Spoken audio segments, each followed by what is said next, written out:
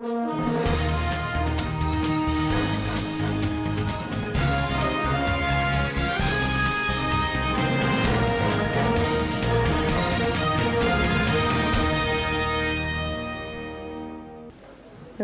state government vows to work collectively with traditional rulers to end banditry and other crimes in the state. Northern governors, leaders, royal fathers meet in KADUNA state. Federal government explains delay in payment of Millennium Development Agency's October salaries. On business, KEDCO resumes charging customers increased electricity tariff. And on the international scene, U.S. election 2020, America decides today. Welcome to Svtv News. I am Musa Joy Unyoza. Governor Bello Mohamed Matawale Maradun has vowed to support and work closely with the traditional rulers in the state to bring an end to armed banditry and other criminal activities bedeviling the state. The governor announced this on Monday shortly after the Northern State Governors Forum meeting with Northern State Emirs and Chiefs held on Monday 2nd November 2020 at Sir Kazim Ibrahim House, KADUNA State. Governor Bello Matawale Maradun noted that in recent times, traditional rulers are custodians of peace and security in their domains and stressed that the resolution of the meeting to give traditional institutions former roles in governance architecture of the nation is the right step in the right direction. For more on the story, you've now to our correspondent Fauzia Ibrahim. The Matawale Maradun said already his administration is engaging critical stakeholders and ensuring that peace and tranquility return to the state through fervent prayers and stick and carrot approach. The governor, who attended the meeting alongside his colleagues in the northern states, said the meeting, if conducted regularly, will pave a way for unity in the region as well as security and economic prosperity of the country. The meeting was attended by the Senate President, the Deputy Speaker of the House of Representatives, and other members of the National Assembly from the North. Others who attended the meeting are the Chief of Staff to the President, the Minister of Federal Capital Territory, the Minister of Information and Culture, the Inspector General of Police, Principal Officer of the National Assembly, Chairman of the Northern State Traditional Rulers Council led by His Eminence, the Sultan of Sokoto, Alhaji Muhammad Saad Abubakar, Secretaries to the state government from the North, among others. Governor Bello Matawale was accompanied to the meeting by his secretary to the state government, Alhaji Bala Bello Maru, Emir of ZAMFARA, and Chairman ZAMFARA State Council of Chiefs, Alhaji Atahiru Muhammad Ahmad, the Emir of Gumi, who is also the chairman of the Coordinating Committee of Northern Traditional Rulers Council, Justice Lawal Hassan Gumi, and Permanent Secretary, Office of the Executive Governor, Alhaji Abubakar Jafar Maradun. Fauzia Ibrahim, reporting for SVTV. In a related development, Northern Governors Forum on Monday expressed support for the ongoing effort to regulate the social media in order to check the spread of fake news in the country. The forum expressed its support in a communique issued by the chairman and governor of Plateau State, Mr. Simon Lalong, after its meeting in KADUNA with traditional leaders and other key stakeholders in the region. The meeting, which took note of the devastating effect of the uncontrolled social media in spreading fake news, called for major control mechanisms and censorship of social media practice in Nigeria. It also expressed support for the reform of the police to strengthen their capacity. The forum appreciates the major reforms going on in the police force and pledges to support Mr. President on this course. The meeting resolved to support the Nigerian police force to serve the country better in calls for the strengthening of trust between the people and the police. The forum set up 2 committees to push for statutory roles for traditional rulers and engagement with youth and civil society organizations. The Committee on Roles of Traditional Rulers is headed by the Emir of Lafia Sidi Baje, with 2 representatives from the National Assembly and a minister as members. The Committee on Youth and Civil Society Organizations has the Emir of Zazzau, Ahmed Bamali, as chairman. The forum has the representative of elders, youth, women, and persons with disability as members from each of the 3 zones. Others are representatives of Muslim and Christian clerics, business community, and police. Security and development issues are top of the agenda as Chief of Staff to the President Professor Ibrahim Gambari, Minister of Information and Culture Alhaji Lai Mohammed, and Minister of FCT Alhaji Mohammed Musa Bello arrived Kaduna to meet with governors and traditional rulers in Nigeria's northern region. Others attending the meeting that will also deliberate on issues affecting the growth and peace in the region's 3 geopolitical zones are the Senate President Ahmed Lawan, the Sultan of Sokoto Alhaji Saad Abubakar, and the Inspector General of Police Mohammed Adamu Abubakar. For more on the story, Shehu Magaji report. The meeting held behind closed doors with the governors of Gombe, Nasarawa, Jigawa, Sokoto, Kaduna, ZAMFARA, Niger, and the deputy governors of Katsina and the Kogi state among other deputies were also in attendance. Chairman Council of Chiefs of each state of the northern region are also at the meeting. Some members of the Senate and the House of Representatives from the region are also present at the meeting, considered as quite timely given recent developments in the polity. Inside sources hinted that IGP Adamu is expected to brief the meeting on efforts to contain the current security challenges and the issues arising from the NSAS protests in the north and the country in general. That has been the report. I am Shehu Magaji, reporting for SBTV News. The ADC of former Governor Abdulaziz Yari Abubakar of Zamfara State, Al-Qasim Mohammed Yauri, have been promoted. Alhaji Qasim Mohammed Yauri, who served as escort commander to Senator and former Governor Ahmed Sani Yerima Bakura from 1990 to 2003, was promoted to the rank of Chief Superintendent of Police CSP. For more on the story, over now to Sumaya Ibrahim. CSP Al-Qasim Muhammad was decorated by DIG Ibrahim Lamudi at a colorful ceremony at the force headquarters in Abuja. Until his promotion to the rank of CSP, Yari served as ADC to Mahmuda Ali Shinkafi when he was Deputy Governor of Zamfara State from 2003 to 2007. He also served as ADC to Mukhtar Ahmad Anka when he was Deputy Governor of Zamfara State from 2007 to 2011. He also served as DIC to former Governor Abdulaziz Yari Abubakar from 2011 to 2019 before his present posting to FBI at Force Headquarters in Abuja. Sumaya Dosa reporting for SVTV News. The former Governor of Zamfara State, Alhaji Abdulaziz Yari, has received some distinguished personalities from Zamfara State who paid him a courtesy visit at his residence at Maitama district of Abuja. They include an elder statesman, Alhaji Sahabi Liman Kaura Namoda, a former member House of Representatives, Honorable Aminu Sani Jaji, and Mala Mansur Khalifa Kaura. After their discussion, the delegation offered prayers for the progress and success of the All Progressive Congress APC, their members, and the leader of the party, the Shetima Zamfara Alhaji Abdulaziz Yari. The Center for Supporting Vulnerable Households, Women and Children has commended Standard Voice Television Gusau for its educative and entertainment programs. The recommendation was made by the spokesman of the center, Malam Bashir Kabir Ahmed, when officials of the center paid a courtesy call on the television station. Malam Bashir Kabir explained that the television station is fully informing people in the state on the policies and programs of the state government and enjoined the staff of the station not to relent in that direction. The center is founded by Hajia Farida Abdurazak Tigana Umu Yatama. Madadin ita founder kuma executive director ta wannan center mun zo ne domin mu kara jinjina wannan kamfani na Standard Voice.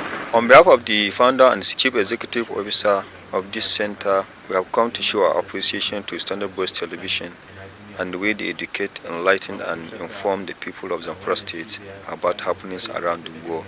This center is solely for the care of the orphans and the less privileged, and that's why we are here to remind the people that, like last year, the International Day of the Orphans was celebrated around the world, and on the 9th day of November 2020, the day will be celebrated again all over the world.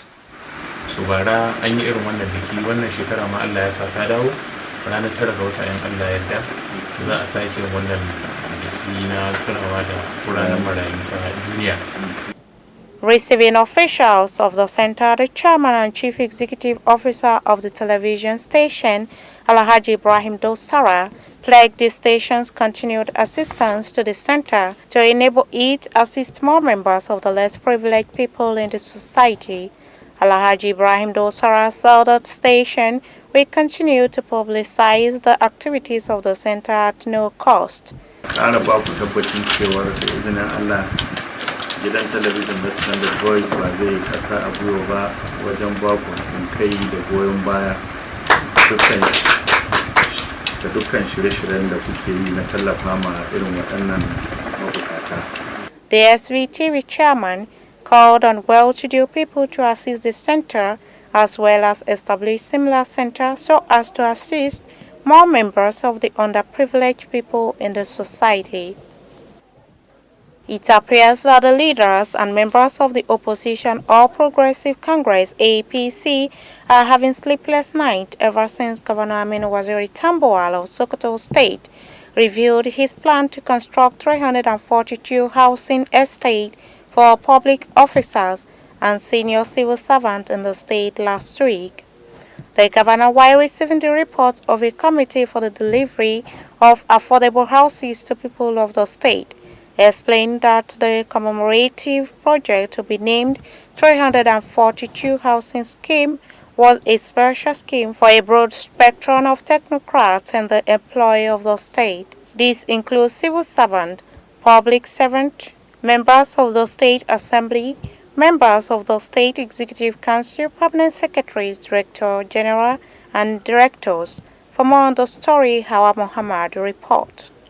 In a future analysis titled Why Tambuwal Wants to Cite Housing Projects in Wamako and published on the Saturday's edition of Daily Trust, the Sokoto State APC chairman, Isa Sadiq Achida, expressed worries on the proposal. But it is not surprising because it is a known fact that ever since their defeat at the governorship election in 2019 by the mighty 342 votes, the mere mention of the number always run them mad. This is because it does not only mean salvation and freedom to the entire people of Sokoto State, but it rekindled the hope for a better future, especially for their youth and more prosperous state, which members of the Broom family have been praying against and hell-bent of fighting anybody's plan to take the state to greater heights. Hawa Muhammad reporting for SVTV News. The Minister of Finance, Budget and National Planning, Mrs. Zainab Ahmed, has explained how the federal government will disburse the 75 billion naira youth fund. She said that between 250,000 naira to 5 million naira would be accessible to each benefiting youth in the federal government's 75 billion naira entrepreneurship youth support fund.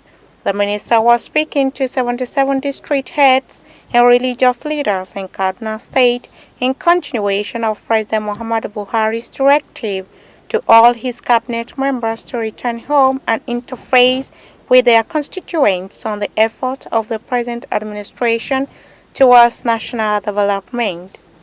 She said the youth could access the 75 billion naira entrepreneurship youth support fund as each benefiting youth would get an amount ranging from 250,000 to 5 million naira. The amount accessible to each beneficiaries would be dependent on their business idea, proposal, and their repayment plan. The interest-free loan is expected to be paid back to the government within the period of 5 years.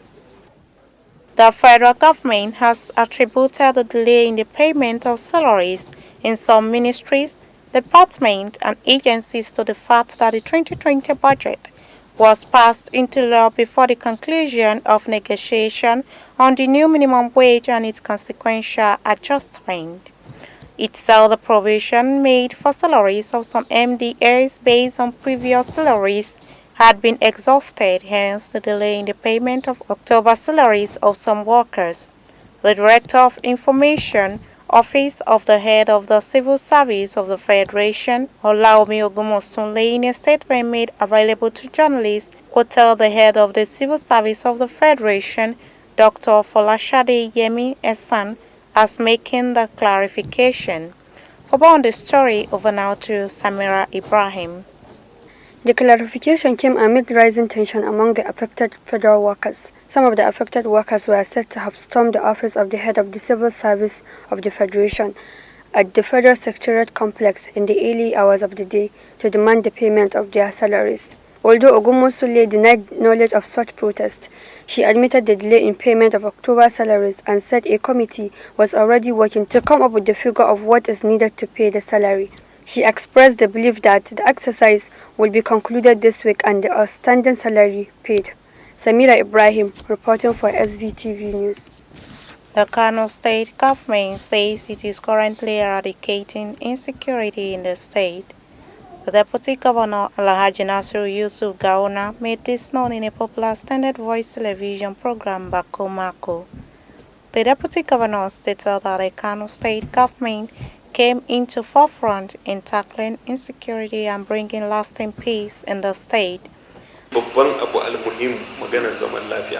most important thing is peace, and Allah has helped us in that regard. And the governor has stressed the importance of cooperation between security agencies and other stakeholders on security matters, and with the help of traditional rulers to tackle the issue of insecurity in our society. That is why our situation is much better than what is found with our neighbors.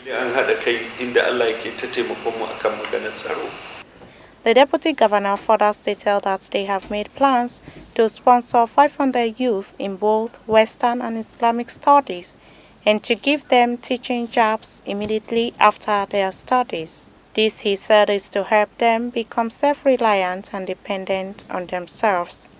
Dr. Yusuf Gawuna further stated that the Kano state government has graduated 700 youth who have learned to assemble vehicles at the Aliko Dangote factory, Kano State.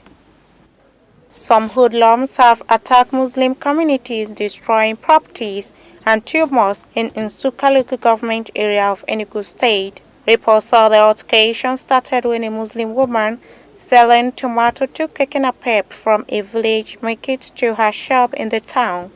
According to the source, the woman and the keke napep driver got into an argument over her transport fare, resulting in the destruction and burning of properties belonging to Muslims in the area. Speaking, one of the leaders of Northerners in the area, Mohammed Adamu Yusuf, said most of them Northerners are now hiding in police custody, while many have already traveled back home. Still to come your way is the business and the international news, but before then, a quick commercial break. Stay tuned.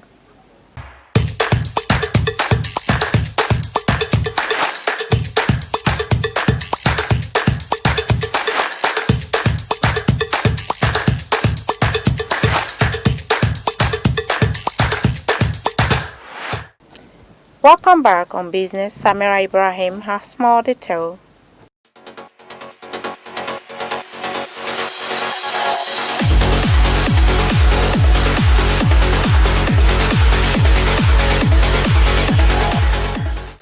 Welcome to Standard Voice Business Update. I am Samira Ibrahim. Kano Electricity Distribution Company KEDCO says the company has resumed the implementation of the revised service-based tariff following an early suspension by the Nigerian Electricity Regulatory Commission (NEC). The new tariff has commenced from November 1st as prepaid customers will be the first set of customers to partake in the implementation, while postpaid customers will have the new tariff reflected in their November bill. This was contained in a statement issued by Head Corporate Communications KEDCO Ibrahim Sani Shawai on Monday.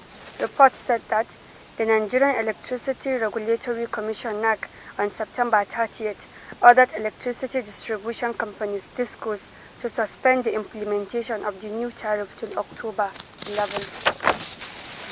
The DISCOs began implementation of the new service-based reflective tariff (SRT) structure nationwide on September 1st after receiving approval from President Muhammadu Buhari. However, the Nigerian Labour Congress (NLC) and the Trade Union Congress (TUC) protested the new tariff and called for nationwide strike. Hence, after a meeting with the federal government a few hours to the protest, the NLC and TUC suspended the proposed strike after brokering an agreement to suspend the electricity tariff increase.